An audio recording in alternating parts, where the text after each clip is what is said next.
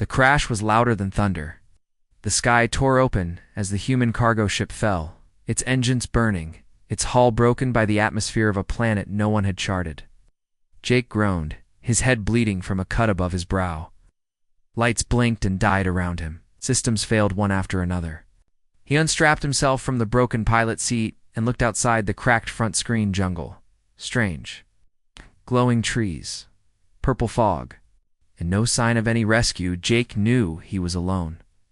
He grabbed the survival bag and climbed out. The air smelled. Strange but breathable. His training as a former soldier told him to move fast, find shelter, and avoid wasting energy. The jungle was thick, full of sounds he didn't recognize. He walked carefully, using his knife to cut through vines. His cums were dead. The ship's antenna was buried under rubble. He needed another way to call for help. Hours passed before he found the stone tower. It stood alone in the trees, half covered in moss and roots. The symbols on the walls were old, not human. Jake walked slowly up the broken steps, hand on his weapon, eyes scanning for traps. That's when he saw her. She was sitting inside the tower, covered in dust and dirt, barely more than skin and bone. Her clothes were torn and patched with leaves. Her long hair hung like ropes around her shoulders. She looked up at him with big, shining eyes, and her lips trembled. Are you real?" she asked in broken English. Jake froze. The girl stood. Up slowly, wobbling on her feet. She held her hands out, showing they were empty. "Please," she said, her voice shaking, "don't leave me. Please don't let me die out here. I can be a good wife to you." Jake's eyes widened. "What?" The girl dropped to her knees. "I saw in your Earth records. The man protects the wife. The wife stays safe. I can help. I can cook. I can clean. Please don't leave." He stepped forward quickly and helped her up. Hey, it's okay. I'm not going to leave you." She leaned on him, weak and cold. Her skin felt warm with fever. Jake reached into his bag and gave her water. She drank fast, coughing. "What's your name?" he asked. "They called me Apache," she said softly. "I don't know why. I think it was from your stories. The ones we studied." "Who's we?" "Others like me. Created here, tested here. Most of them gone." Looked around. This place wasn't just a tower. It was an old lab. Maybe from a forgotten empire. Apache was no ordinary girl. She wasn't a threat either.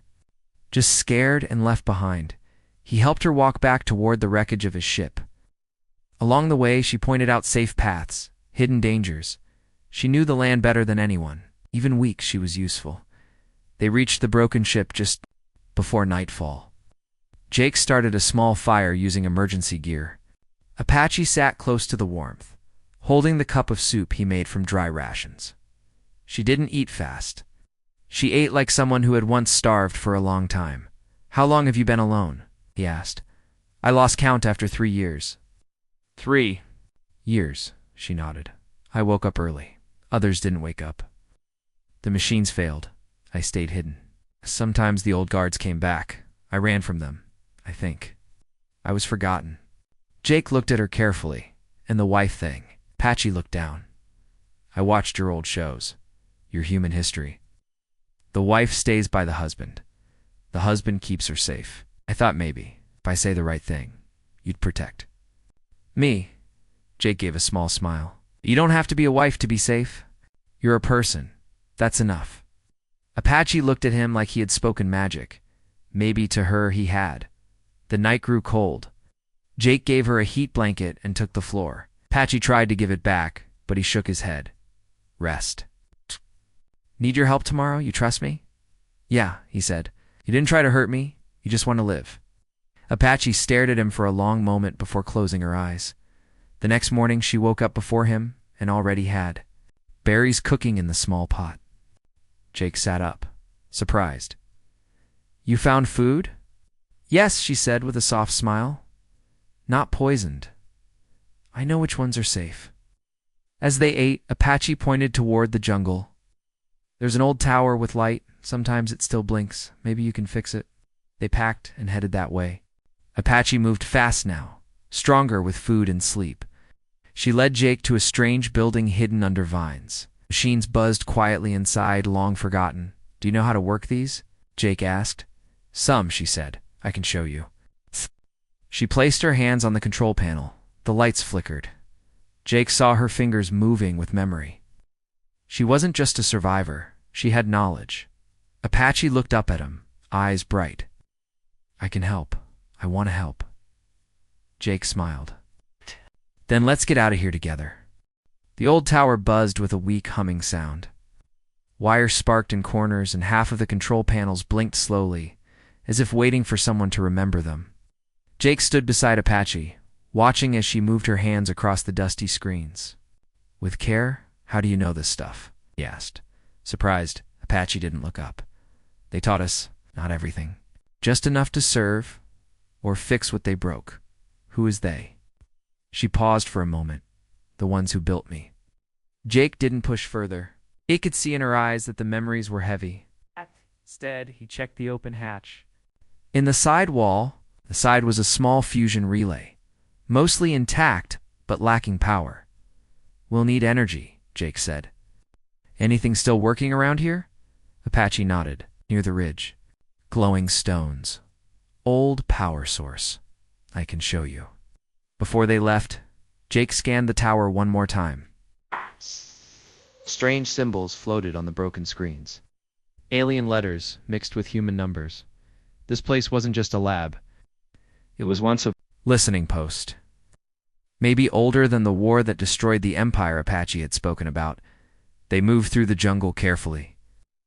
Apache led the way, walking between thick trees and high roots.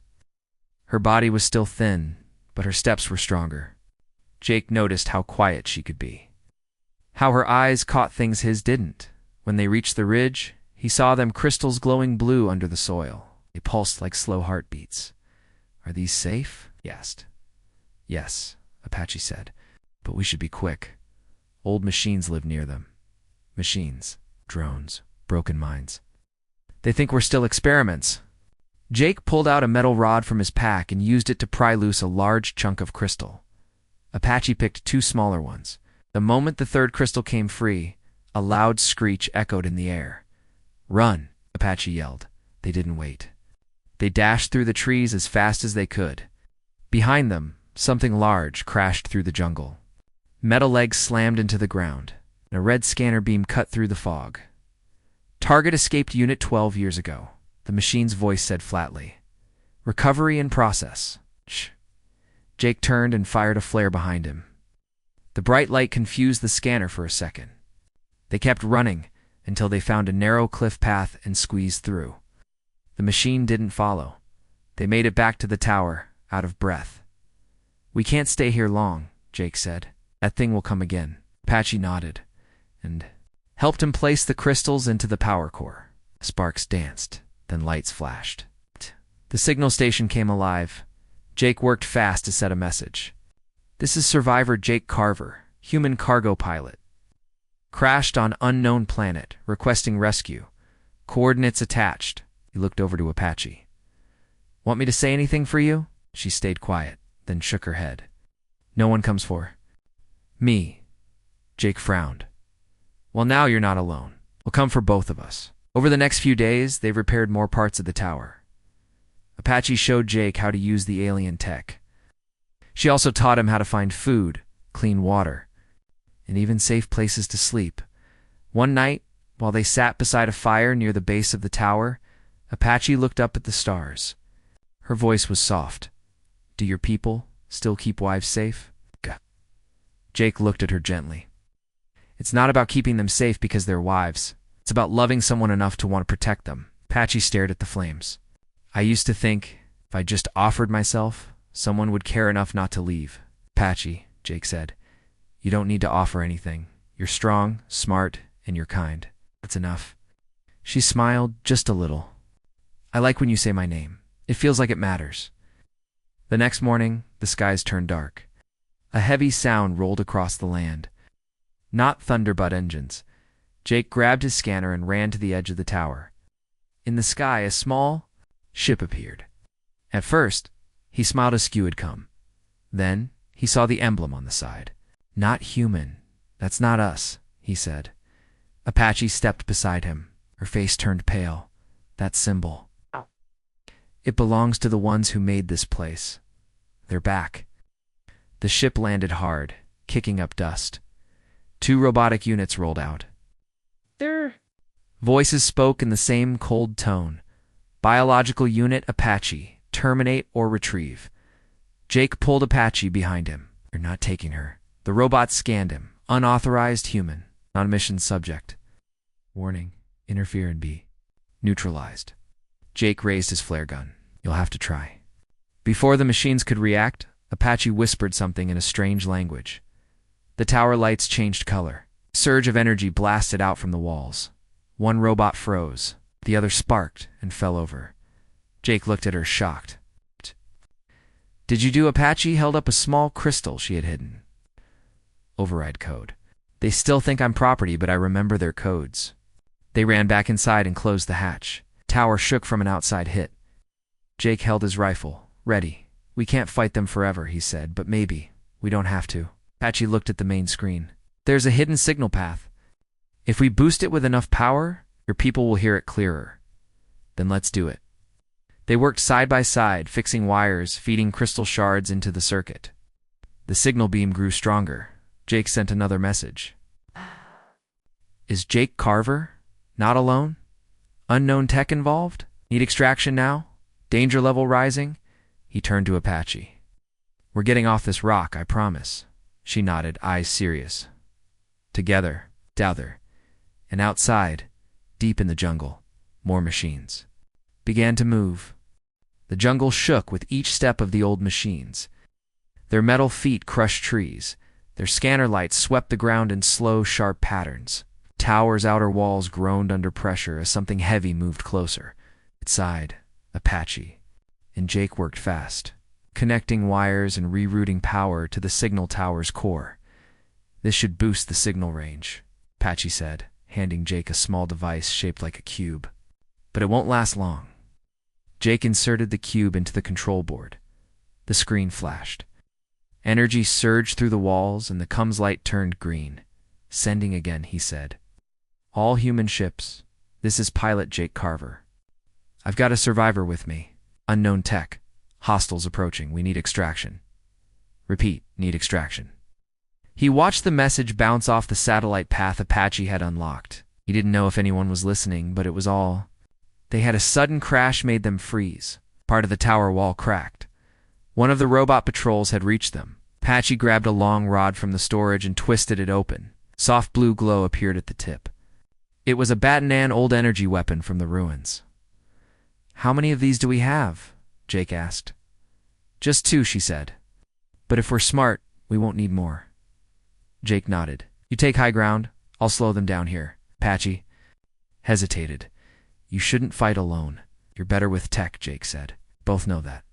Apache nodded, then ran up the stairs to the second level while Jake stood by the broken entrance. The robot stepped inside, its metal eyes glowing red. "Target located. Unit Apache must return for testing. She's not going anywhere," Jake said, raising his rifle. The robot moved fast, but Jake fired a charged shot right at its arm. The blast sparked and knocked the arm loose. The robot swung its other arm, throwing Jake against the wall. He groaned, his ribs aching. Apache jumped down from above, swinging the baton with a yell. The glowing weapon hit the robot's back and sent a wave of energy through its frame. Twitched, shook, then fell still. Jake looked up at her, amazed. "You said you weren't a fighter?" She helped him up. "I wasn't, but I had to learn." They heard more movement outside. More units were coming. Jake and Apache rushed to gather what little they had left.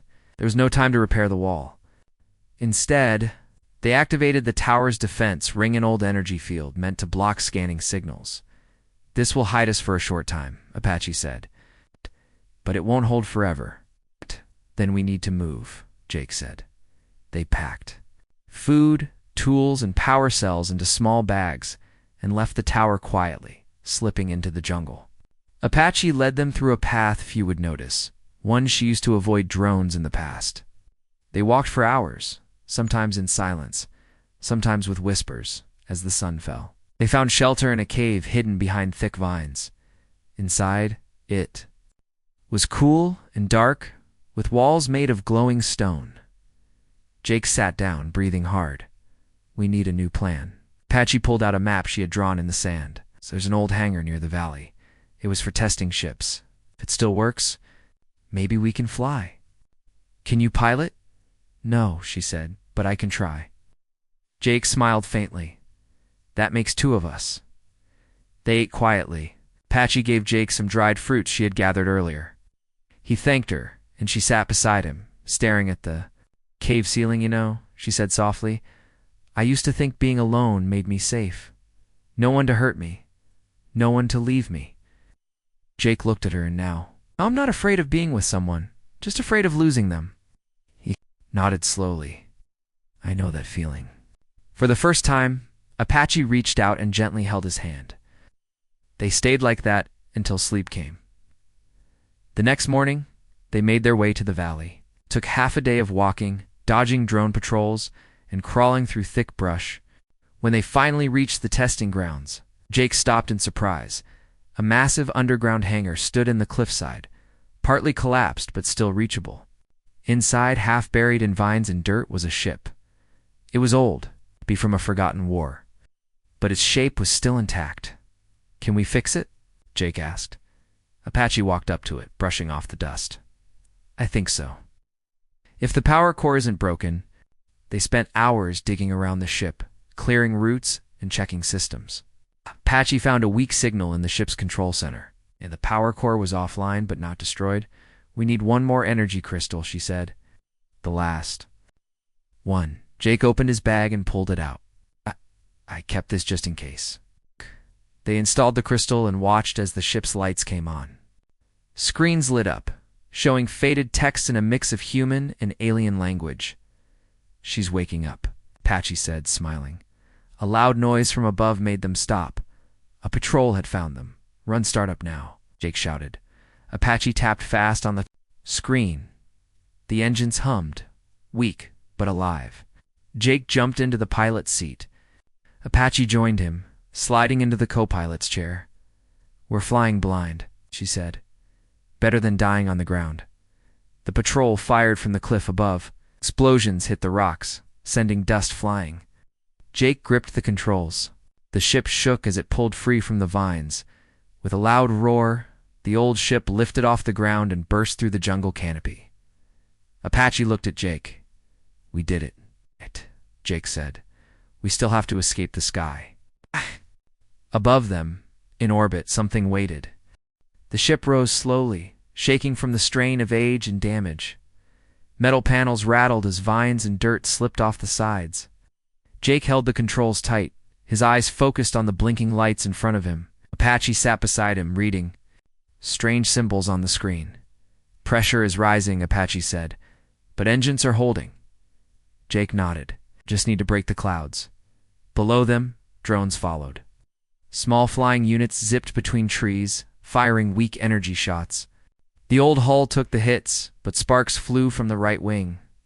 Jake adjusted the ship's angle and pushed higher. Come on, he whispered.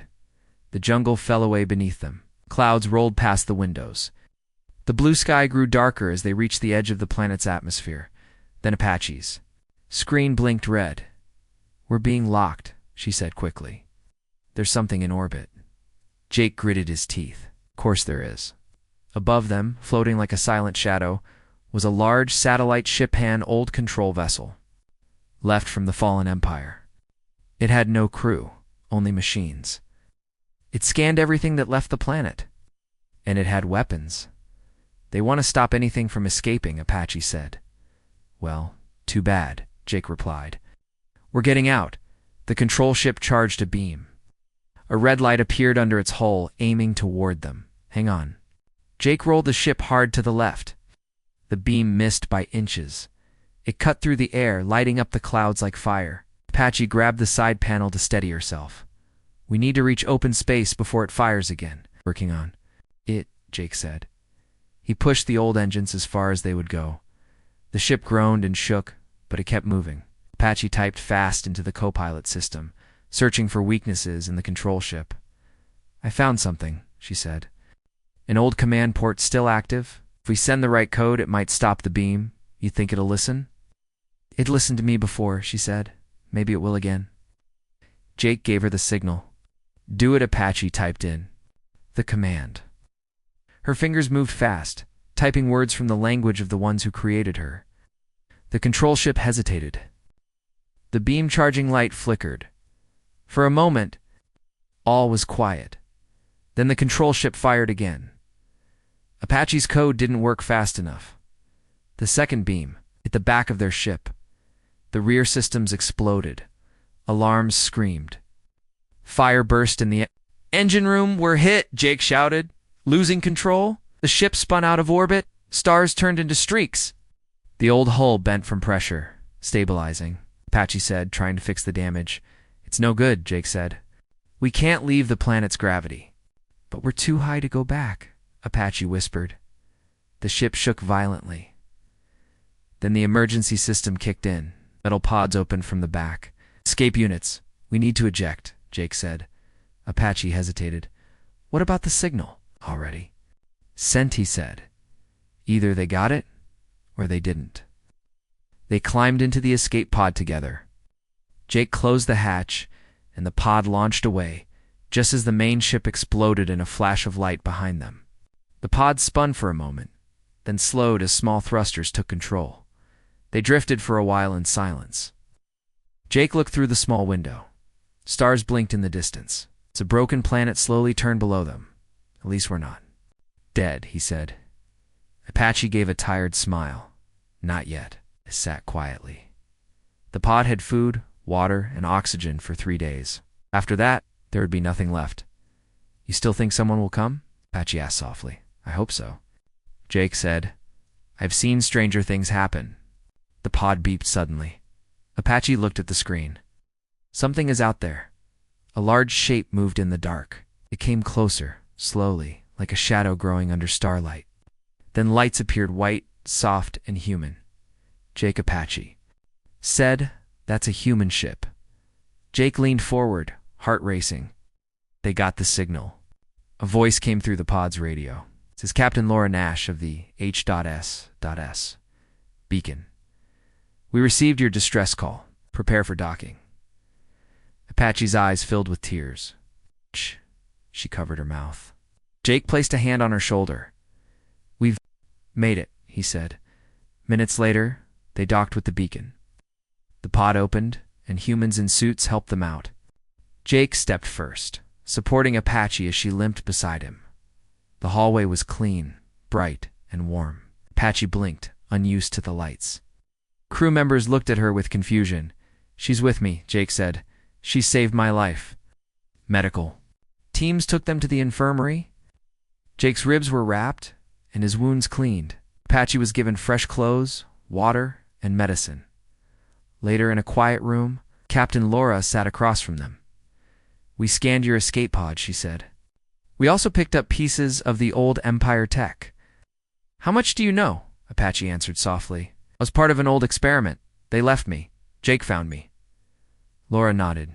You're lucky. We don't often get survivors from those places. She's not just a survivor, Jake said.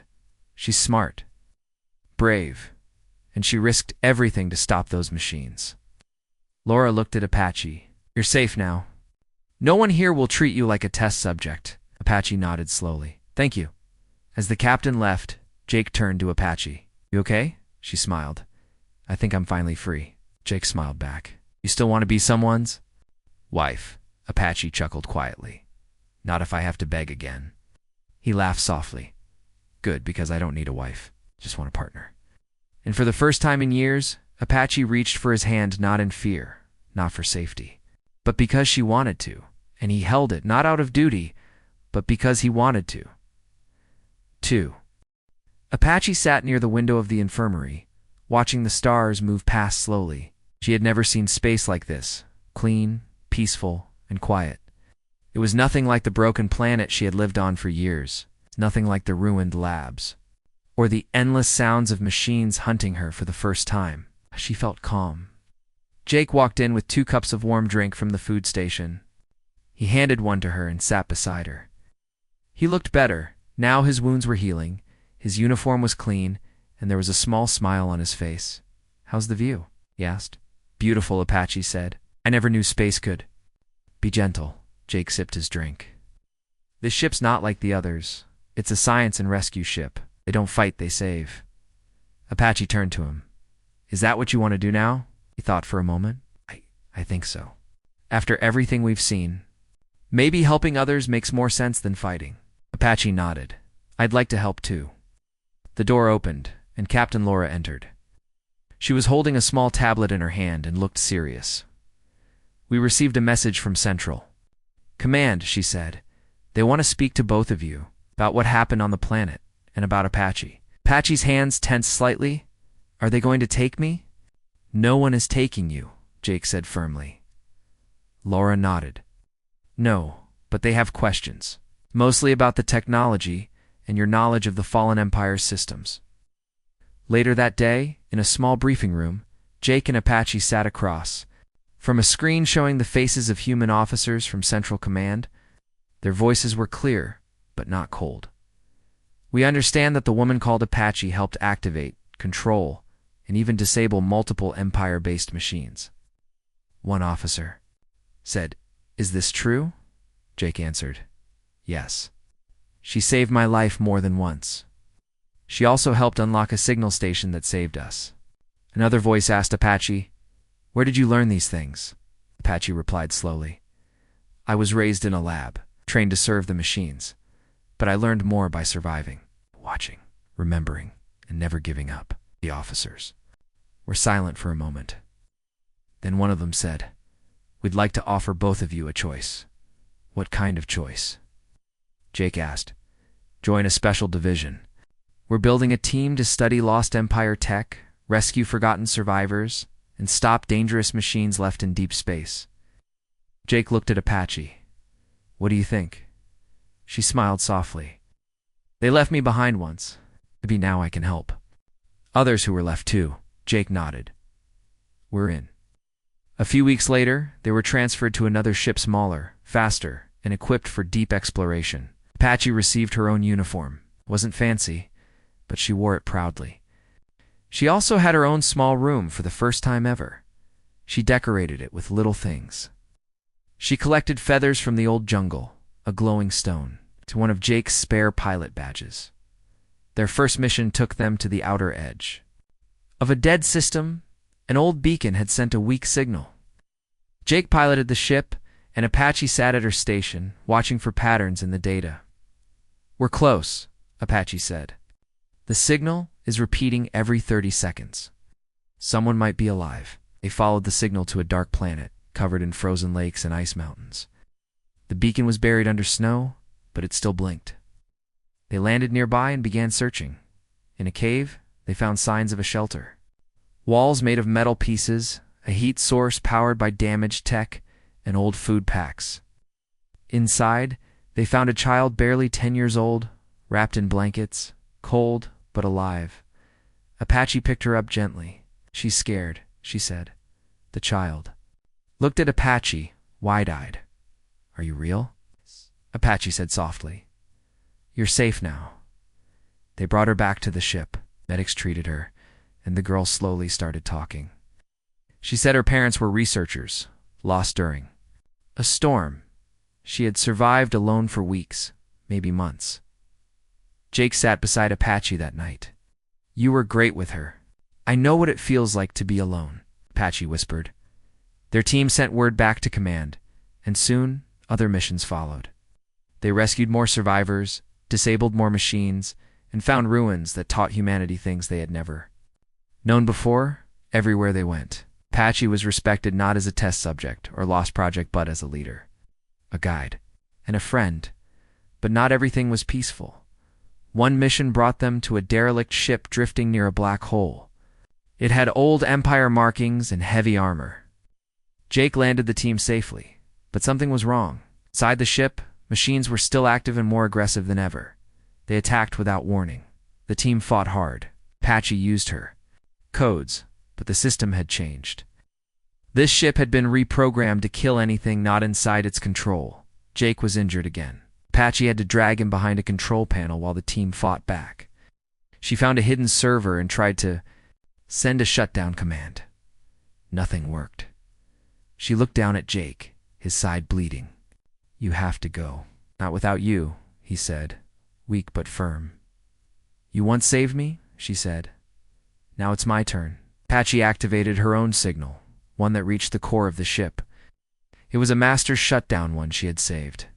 For a moment like this, the machine stopped. Silence returned.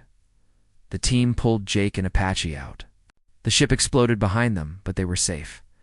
Back on their main ship, Jake woke up in the med bay. Apache sat beside him, her hand in his. "You didn't leave me," he whispered. "Never," she said with a soft smile. "I don't have to beg anymore. I know now that I'm worth something. To you and to myself." Jake nodded. "You've always been worth everything." They sat there in the soft light of the room, hand in hand, not as strangers, not as rescuer and rescued, but as partners who had changed each other's lives forever. The next few months moved quickly for Apache and Jake. After the Black Hole mission, news spread across the fleet about what they had done. Apache's shutdown signal had saved the whole crew. Many officers who once looked at her with caution now showed respect. Some even asked for her advice when dealing with Empire tech. She still kept her room simple. She didn't like too much noise, too many decorations, or too many people. But she no longer flinched when someone knocked on her door. She didn't hide when strangers passed in the halls. Every morning she sat with Jake in the mess room. He always brought her warm tea. She always reminded him to check his engine pressure. "I already checked it twice," Jake would laugh. "Then check it once more." Just in case, Apache would say with a small grin. Their friendship had grown deeper. They worked side by side during missions, trusted each other with their lives, and shared quiet moments no one else noticed. One morning, Captain Laura called them into the command room. "We received a call from a colony on Moon 7, she said. "They discovered something buried under the ice. It's big ant. It matches the same tech signatures as Apache's codes." Apache leaned forward. "Do they know what it is?" Laura shook her head. "No, but they said it's shaped like a large ring. Not just a weapon, maybe something more." So they were sent on a smaller ship with a 4-person team. The flight to Moon 7 took a day, and as they landed, the cold light of the ice moon reflected off the windows. The colony was small, just a few buildings. But the people looked worried. "We don't go near the ring anymore," one worker said. "It talks to us. Not in words, in thoughts." Jake raised an eyebrow. "Thoughts, dreams, images, sounds we've never heard," the worker replied. "It's like it's inside our minds." Apache looked uneasy. "I've heard about tech like that. Mind-connected control systems. Empire tested it once, but most records were lost." They put on suits and followed a guide to the dig site. Under the ice was a massive metal ring, bigger than any structure Apache had ever seen. Parts of it glowed faint blue, and strange whispers seemed to touch the edge of their thoughts as they got closer. Jake placed a hand on the cold metal. It hummed softly. Apache stood beside him and stared at the symbols. "This is a gate," she said. "Not a weapon, not a prison, a doorway? To where?" Jake asked. Apache single quotes is low. "I don't know." Suddenly the ground shook. The ring pulsed with energy. Light burst from its core, and the symbols began to move like liquid. On the surface, Jake pulled Apache back. "What did we do?" "We didn't do anything," Apache said. "It woke up on its own." Ow. They rushed back to the ship and contacted Captain Laura. She sent a warning to all nearby colonies. Till they knew what the ring was, no one was to go near it. But Apache couldn't sleep that night. Strange dreams filled her mind. Not nightmares, but visions. She saw other stars, other galaxies, and machines standing at gates like this one. She saw people walking through the rings and never returning. And some coming back changed in the morning. She told Jake everything. "You think it's calling you?" He asked. "Not just me," she said. "Anyone like me? Made by the Empire?" It sees our minds, understands them. Then maybe it's not safe. Maybe, Apache said. But what if there are others on the other side? I was trapped. Jake didn't speak for a moment.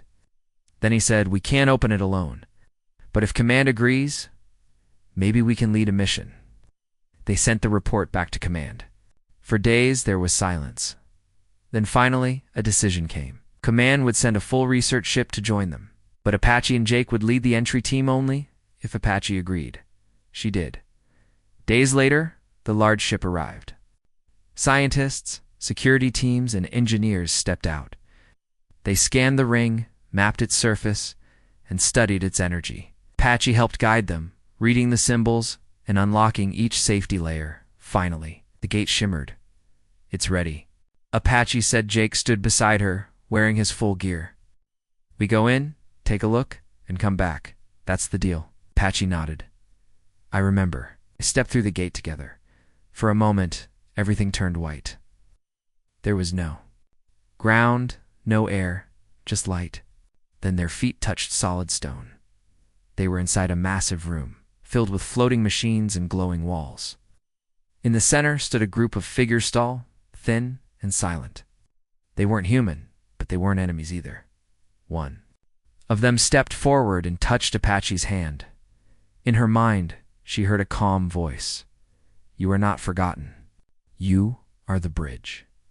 Jake reached for her. Are you okay? She nodded slowly. They're not here to harm. They've been waiting for help, for understanding.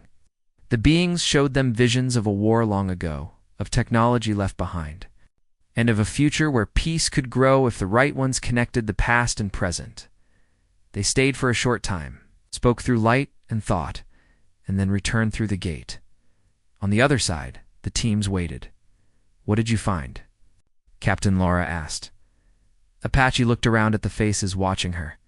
We found proof that not everything lost is gone forever, she said. And not everyone forgotten is broken. Some of us just need to be seen. Jake smiled beside her. And now that they are, the real healing can begin. Later, when things were calm again, Apache stood alone on the deck of the ship, staring at the stars. Jake joined her, holding 2 warm cups. I've been thinking, he said. About what? Back when we first met, you said you could be a good wife? Apache laughed softly. I remember. You were wrong, though, Jake said. Turned to him, I was. He nodded. You're not just a good wife. You're a good leader, a good friend, a good fighter, and the best partner I've ever had. Apache smiled, her eyes soft. And you, she said, are the first person. Whoever saw me is more than what I was made to be. They clinked cups and stood together under the stars, not broken, not alone, but whole.